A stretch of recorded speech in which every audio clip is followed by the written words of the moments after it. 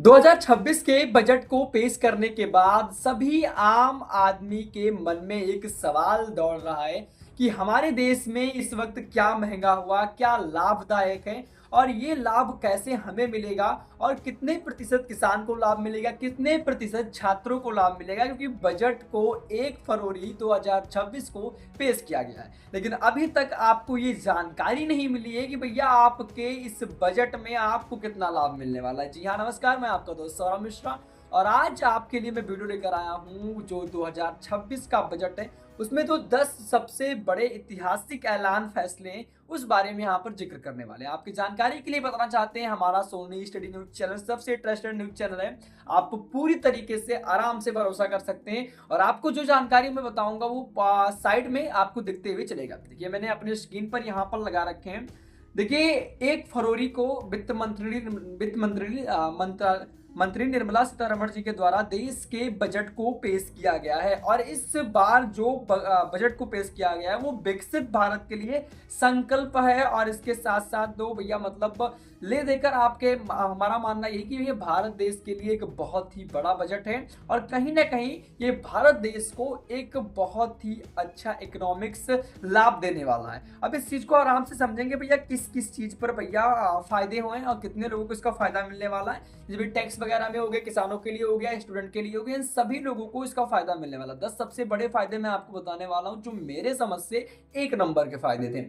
अब यहाँ पर देखिए, जो आपका भैया इंफ्रास्ट्रक्चर है वो आपको इसमें सरकार ने बुनियादी ढांचे की सड़क हो गए, रेलवे हो गए और इसके साथ साथ कई विकास बजट को लेकर उसका जो मतलब बजट है उसे बढ़ाकर 12.2 लाख करोड़ कर दिया है। वहीं आपकी जानकारी के बता सकते हैं कि यह अब तक का सबसे बड़ा आवंटन है और जिसमें देश भर में नए हवाई जो एक्सप्रेस का जाल बिछेगा, यानी कि जो नए हवाई वगैरह हैं मतलब ले देखकर कहने का तात्पर्य हमारा यही है कि भैया जितने भी ट्रेन वगैरह हैं और अच्छे होने वाले, सिस्टम और अच्छा करने वाले हैं, जितने भी बाहरी चीज आप देखते हैं, एयरपोर्ट वगैरह देखते हैं, उसमें भी कहीं ना कहीं और ज्यादा सुधार होगा और उसमें जो मतलब आवंटन है वो अब तक का सबसे ज्यादा आवंटन दिया गया है इसमें। तो सीधे पहले इस पे जोर डाला गया है, तो कहीं ना कहीं ये देश का विकास कर रहा है और भारत के इंफ्रास्ट्रक्चर को एक बहुत ही अच्छा और विकासशील बना रहा है। अब यहाँ पर बताना चाहते हैं, दूसरी जो सबसे बड़ी ऐलान यहाँ पर की गई सबसे बड़ा अच्छा बजट है वो है भैया टैक्स में बड़े बदलाव। अब देखिए, टैक्स में बड़े बदलाव, अब ये टैक्स तो भाई सभी लोग देते नहीं है, लेकिन कुछ लोग जो हैं ऐसे भी लोग हैं जो मिडिल क्लास से हो या फिर किसी भी क्लास से हो, वो कहीं ना कहीं बिजनेस से जुड़े हुए हैं, तो कहीं ना कहीं उनके जो टैक्स में है वो बदलाव देखने को मिले गए हैं। और इसमें नया इनकम टैक्स एक्ट लाया गया है, जो कि नया इनकम टैक्स एक्ट ऐसा है जो कि 2025 में अप्रैल 2026 में नया टैक्स कानून लागू होगा, जिससे पुराने कानूनों को आसान बनाने के लिए लाया गया। अब देखिए, जो 2025 में अप्रैल 2026 से नया टैक्स लागू होगा, जो अप्रैल आने वाला 2026 में उसका टैक्स लागू किया जाएगा। और इसमें क्या होगा, इसमें आपको पुराने कानूनों को आसान बनाने की कोशिश की जाएगी, बनाने के लिए लाया गया है, यानी कि जो पुराने कानून है उसको पूरी तरह से आसान कर दिया जाएगा। जो भी थोड़ी सी प्रॉब्लम्स आने वाली वो भी पूरी तरह से अब सॉल्व होने वाली है कहीं ना कहीं। तो इसका भी कई सारे लोगों को फायदा होने वाला है इसमें, जो कि रिटर्न फाइलिंग वगैरह है। जैसे कि आपको बताना चाहते हैं कि अब आप अपना संशोधित यानी कि रिसिप्ट रिटर्न 31 मार्च तक भर सकेंगे। भैया ये जो है संशोधित रिटर्न होता है वो अब आप 31 मार्च तक भर सकेंगे। और विदेशी संपत्ति, अब भाई इसमें विदेशी संपत्ति वगैरह क्या है, देखिए जो 20 लाख से कम की विदेशी संपत्ति का खुलासा न करने पर अब कानूनी कार्रवाई से छूट दी जाएगी।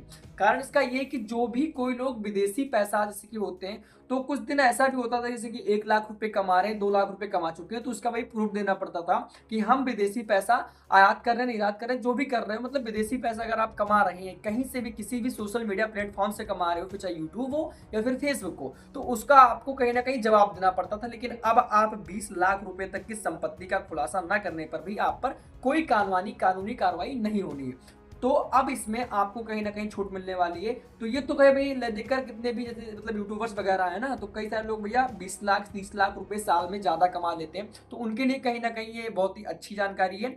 अब यहाँ पर देखिए, बताने वाला हूं जो इसमें नेक्स्ट खबर है यहाँ पर बताया गया, तो तीसरे सबसे ऊपर लाइन पर जो रखा गया वो है रेल को कनेक्टिविटी को लेकर, जो कि 7 नए हाई स्पीड कॉरिडोर को यहाँ पर कॉरिडोर को लाया जाएगा, जो कि रेलवे के 7 high high speed rail corridor को घोषणा की गई है। साथ ही दुकान हाँ माफी चाहूंगा भैया, दनकुनी से सूरत के बीच एक नया डेडिकेटेड फ्रेट और इसके साथ कॉरिडोर मालगाड़ी रास्ता बनाया जाएगा। तो ये रेल जो कनेक्टिव है उस पर भी कहीं ना कहीं सबसे ज्यादा विकास दिया गया है। इससे कहीं ना कहीं भारत देश का विकास हो रहा है और जितने भी पब्लिक है उनका भी कहीं ना कहीं उनकी टाइम का बचत देखा जाएगा।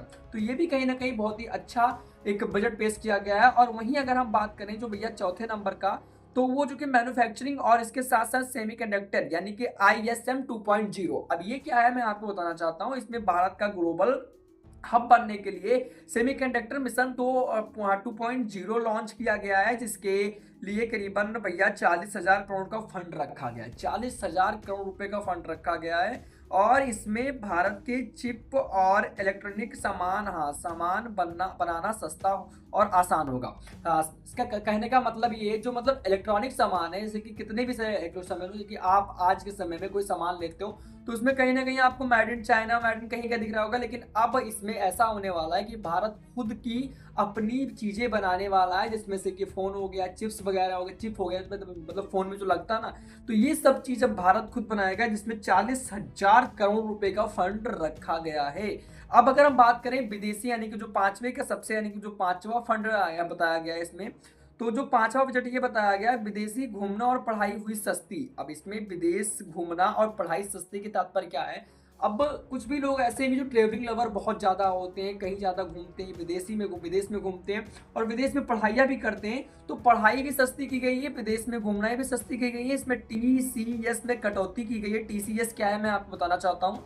जो विदेश जाने वाले दूर पैकेज जैसे लगने वाले टैक्स थे यानी कि TCS थे, उसमें 5 से लेकर 20% घटाकर 2% कर दिया गया है। यानी कि कहाँ भाई 20%, कहाँ अब 2%। तो भाई काफी ज्यादा कटौती की गई है और अब आप विदेश यात्रा में आपका खर्चा बहुत ही ज्यादा कम लगने वाला है। साथ ही विदेश में पढ़ाई और इलाज के लिए भेजे जाने वाले पैसे पर भी सिर्फ 2% TCS लगेगा, यानी कि 2% की टैक्स लगेगा। अगर आप विदेश अपनी दवाई कराने चाहते हैं या फिर पढ़ाई करना चाहते हैं तो आपका केवल टैक्स 2% लगेगा। और पहले क्या था 5% से लेकर 20% तक लगता था। तो ये कहीं ना कहीं एक बहुत ही अच्छी अपडेट है, ये बजट को पेश किया गया है। तो इससे भाई कई सारे लोगों के लिए एक बहुत ही अच्छा रास्ता, सुनहरा मौका यानी कि गोल्डन चांस हो सकता है।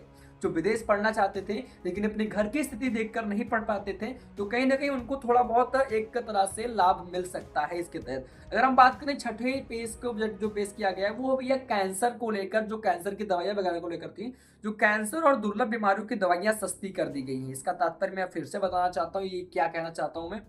देखिए स्वास्थ्य क्षेत्र में अक्सर आपने देखा होगा कि अगर आपको थोड़ी भी प्रॉब्लम आती है, आपके हाथ की उंगली दर्द होने लगती है, तो उसमें भी कहीं ना कहीं भैया 2 रुपए की दवाइयां 10 रुपए की दी जाती है। लेकिन अब ऐसा नहीं किया जाएगा, बल्कि स्वास्थ्य क्षेत्र में बड़ी राहत देते हुए सरकार ने 17 कैंसर दवाएं और 7 दुर्लभ बीमारियों की दवाओं पर कस्टम ड्यूटी यानी कि सीमा शुल्क को पूरी तरह से खत्म कर दिया है, जिससे इलाज का सस्ता होगा और जो भी लोग अपना इलाज कराना चाहते हैं उनका भैया कहीं ना लाभ मिलने वाला है।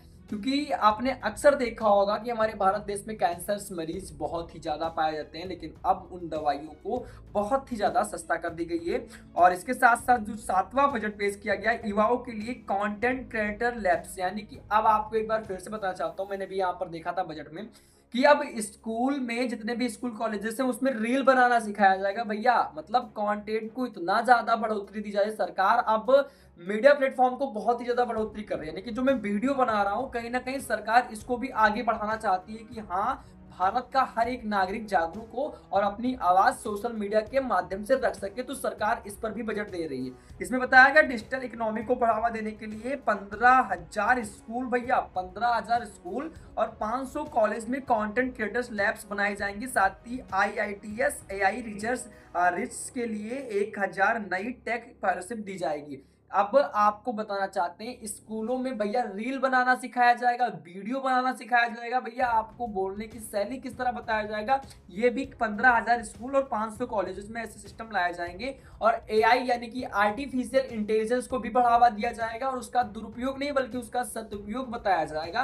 और अब यहाँ पर बताने वाले हैं जो 8वां बजट था वो किसानों के लिए है। देखिए किसानों के लिए खास ऐलान कर दिया गया है, जो कि उच्च मूल्य वाली फसलें जैसे कि भैया नारियल हो गया, काजू हो गया, कोको हो गया, चंदन हो गया जैसी महंगी फसलों को बढ़ावा देने के लिए नई योजना लाई गई है। और इसके साथ साथ केसीसी यानी कि किसान क्रेडिट कार्ड की लोन लिमिट में बढ़ोतरी की गई है। अब भैया देखिए, जितने भी किसान क्रेडिट लोन ले रहे हैं उनमें कहीं ना कहीं इसमें बढ़ोतरी कर दी गई है और ये बजट का इसमें बताया गया। और जो मत्स्य पालन है कि मछली पालन वाले हैं उसमें 500 नए जलाशयों का विकास किया जाएगा। भैया 500 नए जलाशयों का विकास किया जाएगा, जो जाल वगैरह होते हैं ना, तालाब वगैरह, उसमें कहीं ना कहीं उसका विकास किया जाएगा 500 नए। और उसके साथ साथ जो नवा बजट पेश किया गया है वो है भैया एमएसएमईएस और छोटे व्यापारियों की मदद। अब छोटे व्यापारी यानी कि भाई जो नॉर्मल व्यापारी हैं, बिजनेसमैन हैं, जैसे कि छोटे उद्योगों को लेकर एसएमएससी या के माफी चाहूंगा भाई एसएमईएस के लिए 1000 करोड़ का एसएमई ग्रोथ फंड बनाया गया है। इसके अलावा माइक्रो इन्वेस्टर्स को 2000 करोड़ रुपए की लिक्विडिटी सहायता दी जाएगी। और इसके साथ साथ महिलाओं को, जो अगला बजट पेश किया गया, 10वां बजट पेश किया गया है, वो महिलाओं के लिए विशेष घोषणाएं दी गई हैं। देश के हर जिले में एक बालिका छात्रावास यानी कि गर्ल हॉस्पिटल बनाया जाएगा ताकि लड़कियों की पढ़ाई के लिए दूर न जाना पड़े। और महिलाओं को बिजनेस में मदद के लिए एसएचई मार्ट यानी कि सेल्फ हेल्प इम्प्लीमेंटेड मार्ट खोले जाएंगे। भैया देखिए, महिलाओं के लिए क्या था, अब मैं इसे साइड में करता हूँ और मैं मुख्य चीजों पर ध्यान देता हूँ। महिलाओं के लिए हर इसमें बताया गया, तो उसे मैं चेक कर ले रहा हूँ भैया।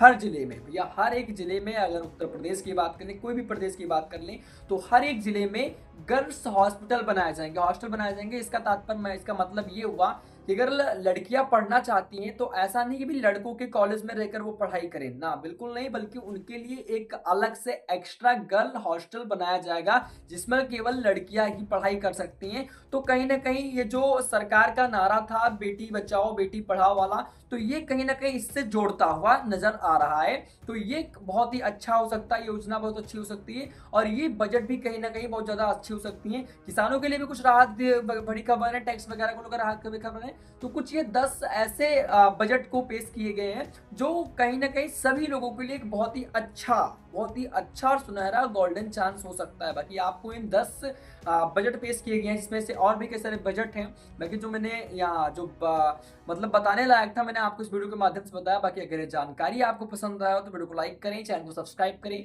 मिलते हैं अपने किसी नए वीडियो में, तब तक के लिए जय हिंद, वंदे मातरम। वीडियो को लाइक करिएगा और इसके साथ साथ आप मेरे फेसबुक अकाउंट पर भी जुड़ सकते हैं। खासकर आपको हमारा फेसबुक अकाउंट का लिंक डिस्क्रिप्शन बॉक्स में मिल जाएगा, वहां पर भी मैं आपको खबरें प्रोवाइड करते रहता हूँ। तब तक के लिए जय हिंद, वंदे मातरम।